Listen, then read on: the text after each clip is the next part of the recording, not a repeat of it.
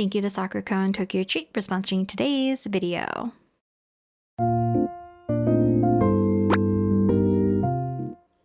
Hey guys, welcome back to another video. So today we are going to be attempting to do some sort of art challenge. It's because I got a comment on, I think it was my Oneul sketch page video, where they requested me doing the Lasso Tool challenge. Probably because I mentioned I liked using the Lasso Tool to kind of like color fill a lot of like my figures or like any objects or things that I need a very quick fill of like certain silhouettes and shapes, just because it's easier than painting it in manually. I vaguely remember seeing this kind of art trend or art challenge kind of float around for the last few, I guess like months or even like the year or so. I'm not too sure how old it is, but let's go ahead and try it today in Procreate and see what we can make from doing the Lasso Tool art challenge.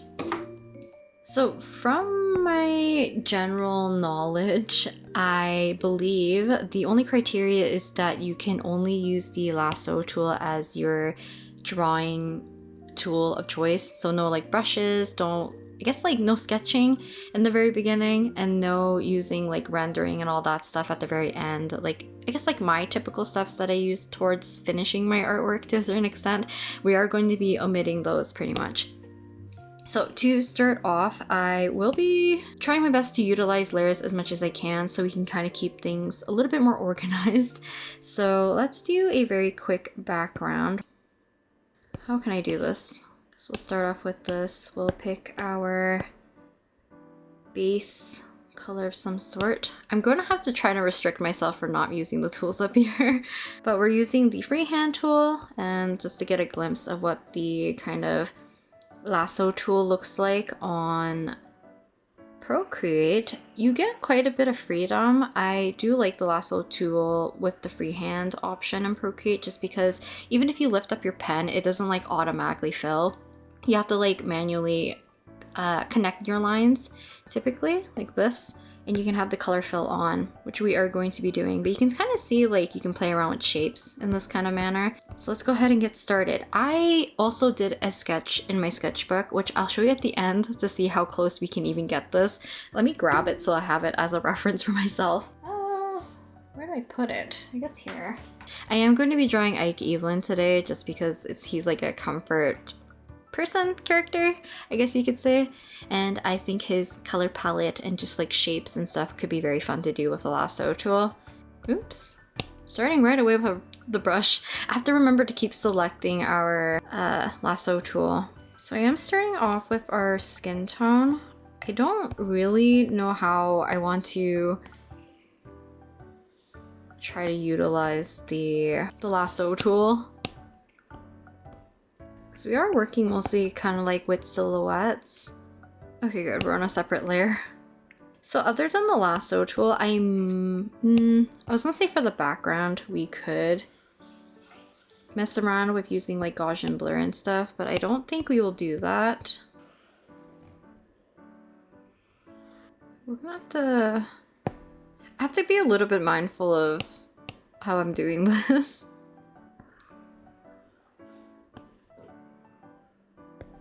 I wish there was a way for me to like disable the brush.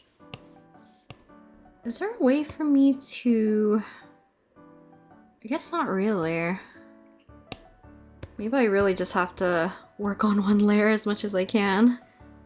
Because I was saying, is it cheating for me to make a selection and then erasing in the selection if I'm erasing it like completely?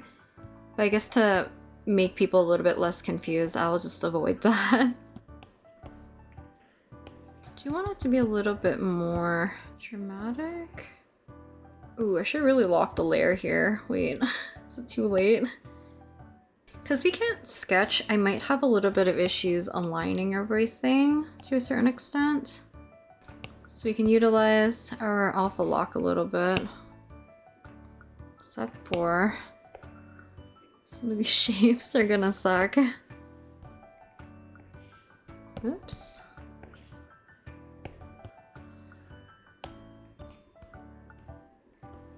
This is gonna be So weird looking. I'm gonna try my best to block in as much as I can to give myself more context, and then we can go ham, hopefully, with doing the face. Ooh, I guess we don't need alpha lock anymore. So hopefully when you guys watch the time lapse later, you'll know that oftentimes I accidentally use the brush tool. It's just because it defaults after you make a selection. Okay, we have to find a way how to do the eyes. Like, I could just try to plan everything with this kind of shadow color. The tool here isn't too bad for the most part doing lines. I think I do need a little bit of a guideline of some sort. More.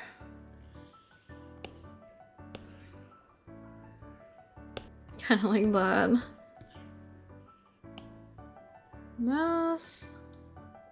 Okay, I need to find like a better place to put my sketchbook so I can reference this drawing a little bit closely. Assuming that I even like I kind of drew. This might work. I need to chisel out his face a little bit. His ear is also placed extremely low for the angle that I wanted.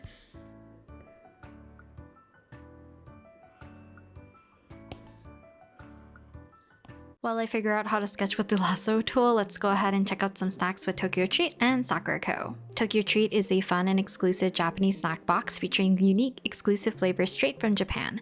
Each box is filled with a variety of full-size Japanese snack items like limited edition Kit Kats, uniquely flavored Japanese chips, and occasionally Japanese sodas that are only available in Japan for a limited time. Looks like for April, we are focusing more on a different side of the Sakura season for the season of spring, but we still have a lot of Sakura-themed snacks in this box. I really love matcha, so I'm kind of already eyeing one of those matcha latte Kit Kats already.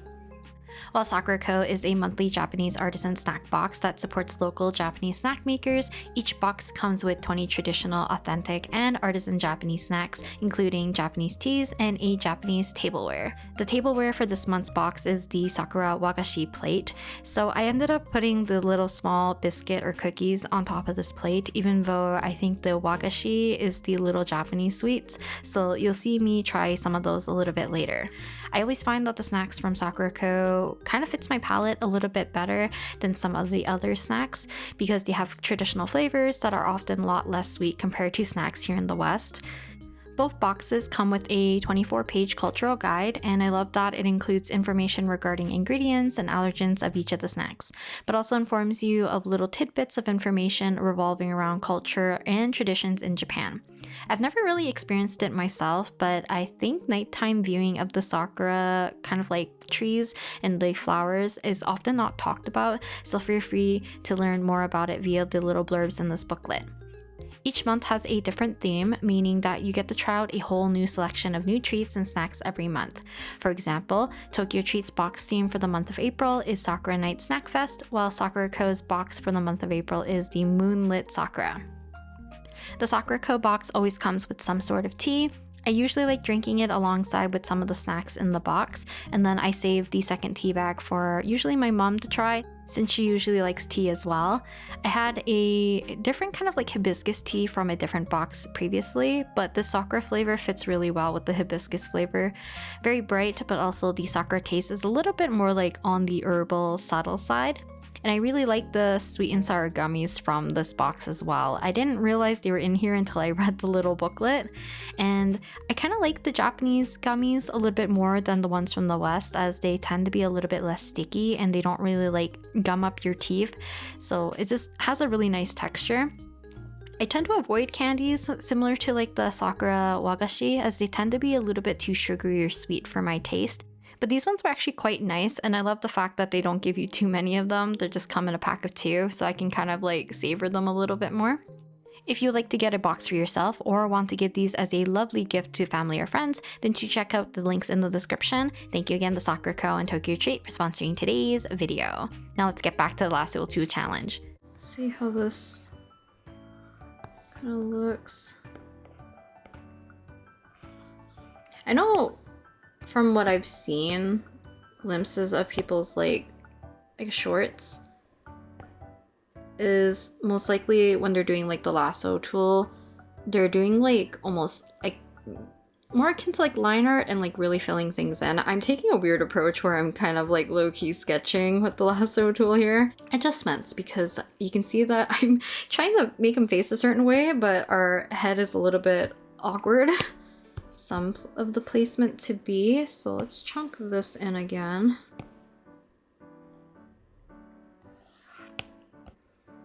I'm thinking like a very backwards way of working like this is to set a color fill. We select our area and go cut and just never paste it.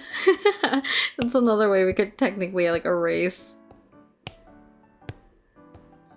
For some reason I thought this would be a little bit easier in my head. I think that tends to be the case when you watch other people do something, especially if it's in like time lapse. It feels like it goes by so quickly. So I don't want his eyes to be too droopy. Whoops. So we're looking a little less shabby right now.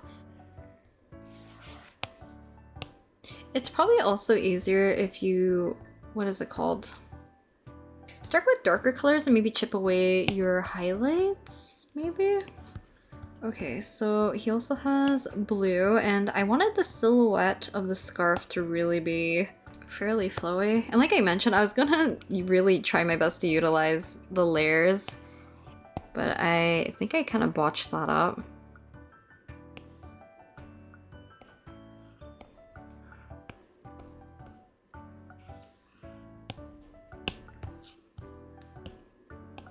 So we can either do this like lightly to make it look a more like atmospheric perspective, or you can go like darker. So I don't mind using the same kind of beige shadow color to place in his hair. Looks so ugly so far. I don't remember what layer I'm on right now. So we might be able to kind of fix this up a little bit more. But kind of like similar to how I work with pixel art, I like blocking in shapes in a more vague way.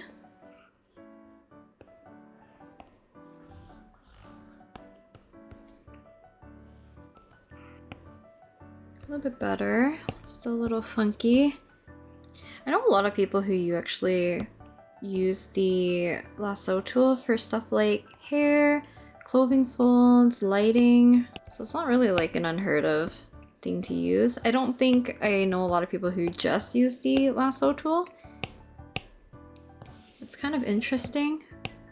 I'm sure there's probably like landscape artists who might use this to their advantage. Okay, let's fix this face even more. Still have a very flat head because I can tell I'm avoiding kind of the top part.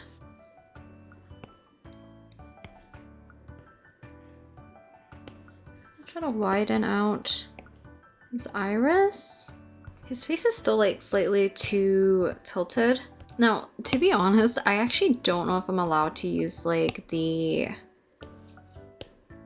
liquify tool. So I will just make sure not to use it just in case that's against these art challenge rules, I guess. Okay, so let me use this as our makeshift line art. Actually, yeah, we need to fill in some of these areas first. Just because it kind of helps, and I need a little bit of more contrast here. So hopefully I can do this. Treat this more like line work, so we can kind of see the shape of the eyes a little bit more easily here. Okay, then we have our other. So kind of from far away, you won't see too much of our pale lines, hopefully. Let's get a little bit more of the eyes, so let's grab his actual kind of eye color here. So we're going to treat this a little bit more like cell shading since we can't really blend too much. This is one of the areas that would have benefited if I did this on a separate layer, which isn't too late to do right now, but for some reason I'm still not switching to do it. I love his eye color. I don't know, it's so pretty. I think it's just because I like the artists, their art style quite a bit. Let's kind of try to place our pupils in here.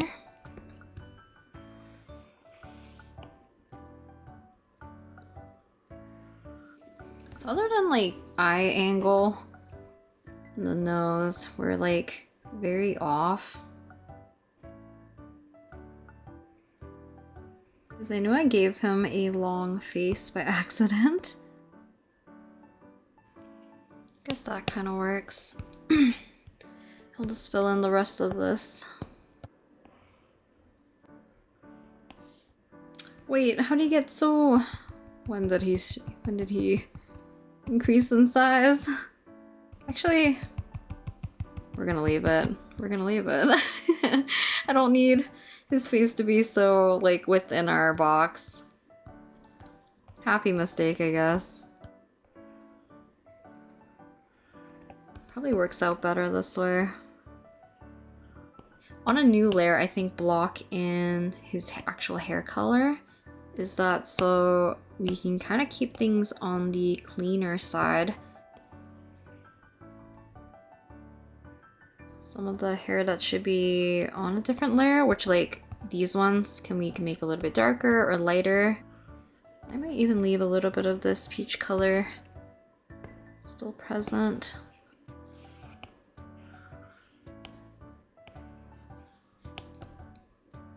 So I think he's looking a little bit better. It's kind of like the ugly face till we get to this better portion, hopefully. Okay, so I'm going to clip. And we're going to choose our darker color. And kind of block these out a little bit. So some of these areas I don't have to be as neat, just because we did layer clip.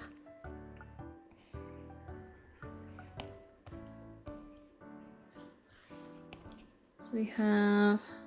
He's looking like a mix of like Ike and Oliver together.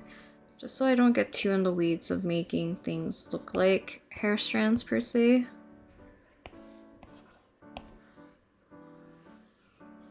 Kind of correct hair pieces here to make his hair shape make sense. Working with just like the... Is it the negative space, I guess, in the sense? Parts of it. Okay, let's get some highlights. So I'm gonna need the highlights on a separate layer. I'm not gonna layer clip it, so we have a little bit of freedom to do some almost like flyaway bits.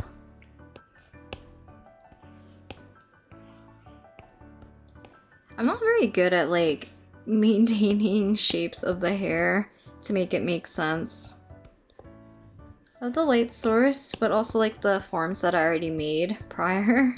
Areas of like highlights that don't make sense just for the shape, like the sake of making the shapes.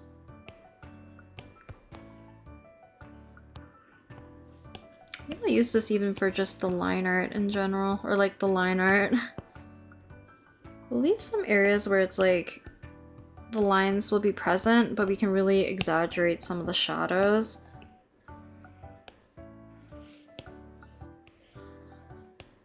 Adding a little bit of slightly darker shadows here. So because we have the hair on a separate layer, I can kind of go through and fill these areas in a little bit more confidently.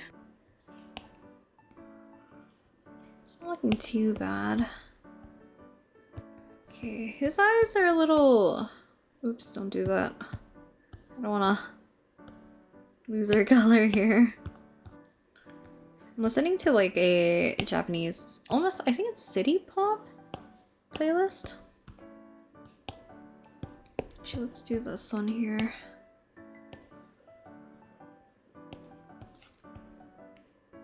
Since our hair is on a different layer. Get another highlight. What else do I really want to do? I guess I could add a highlight for his eyes as well. I might do yellow first. So I do want to add a little bit more detail to his eyes. Just so they don't look too plain and flat. You guys can let me know if you've already tried to do this art challenge. Like I said, I don't know how old this one is. It's been at least fun to experiment. Wow. This is extra highlights in his eyes. And then, so even though his eyes are dark, see if we can do this. Actually, I don't mind that. Let's see. I'm gonna merge our hair into one layer except for our highlights. The collar of his shirt doesn't look too flat and kind of funky here.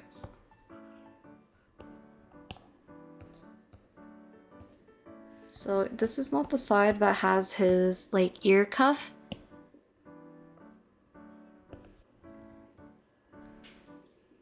It's like the best shape here. It's above his hair.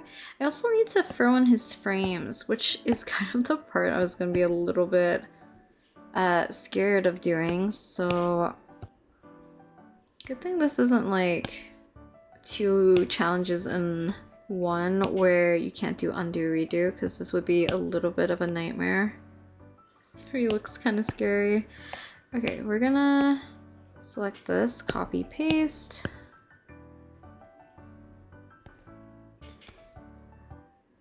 Okay, cut. So I guess these have to be below the hair to kind of the rim or the edges of the glasses. Kind of want to add, whoops, almost like a little bit of glare here. Clipping mask. Now I'm just gonna add a blue, I think, and we'll just lower the opacity. We'll also have to make sure that they read correctly as kind of strands. So I think I will lower the opacity a little bit, but it's kind of neat to have it so like punchy.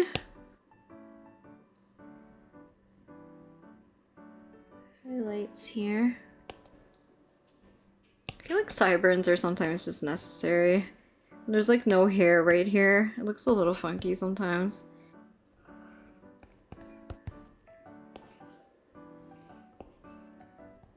Might be going a little off track in terms of being able to keep my layers on their own.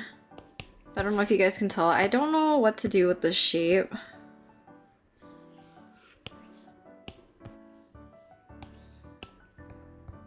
It's like the accessory that you can put on your glasses.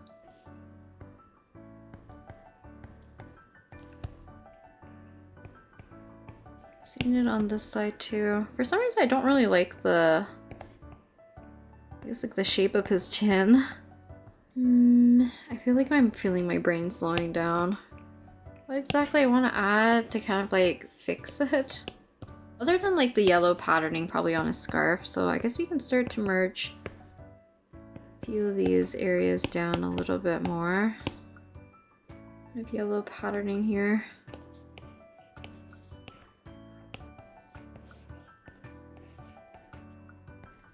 Some of the shapes here a little bit difficult, but I will also probably alpha lock the patterning here so that I can change certain parts of the yellow to be a little bit darker to match closer to areas of shadow that I have. Other than the yellow, I think we lost a little bit of definition in his face, so I want to add a little bit more shadows. Okay, so let's go ahead, alpha lock this. We'll choose a darker color and just kind of lasso them and fill them in. So I'm just tracing the blue shadow. Okay, so let's go ahead and add a bit more shadow with the rest of his face. Actually, I'm gonna merge everything, I guess. This is the part where I would consider my rendering process.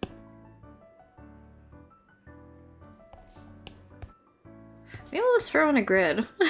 Oh, I can't. It's a brush. When in doubt, throw some petals in with the brush. I keep forgetting, like, even geometric brushes are still brushes. But let's add a little bit more here.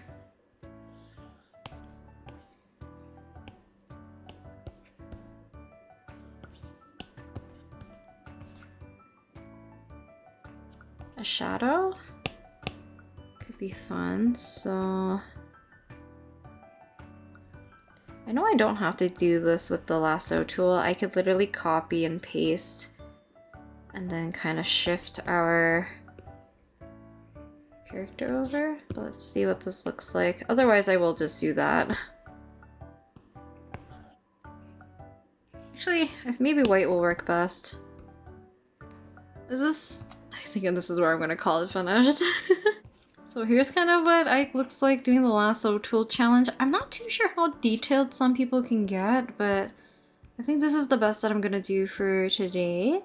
I feel like it looks a little bit similar to the color palette challenges that I ended up doing for some Genshin characters in the past too. Let's look at the time lapse real quick before we end today's little session. Do this. We had a very rough start, I believe. Very weird proportions. I think I figured out how to sketch though, kind of with the lasso tool, keeping things light, filling in the kind of like the silhouette. And luckily we can still manipulate a few things using the selection tool plus the distort and uniform, I guess like transform tool. And then luckily we had like a fun mistake where I accidentally zoomed in on Ike. I think had a little bit more of an interesting composition, so this kind of worked out for me in my favor.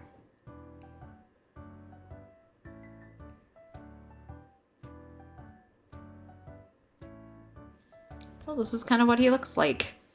Hopefully you guys enjoyed watching me at least attempt doing the lasso tool challenge. I know like there's a few times I had to kind of like undo to get rid of the brush marks by accident, because you can see that after you finish selecting, oftentimes it will default to the brush. But hopefully you guys enjoyed watching me do the lasso tool challenge for today's video, and I'll talk to you guys next time in the next video. Bye!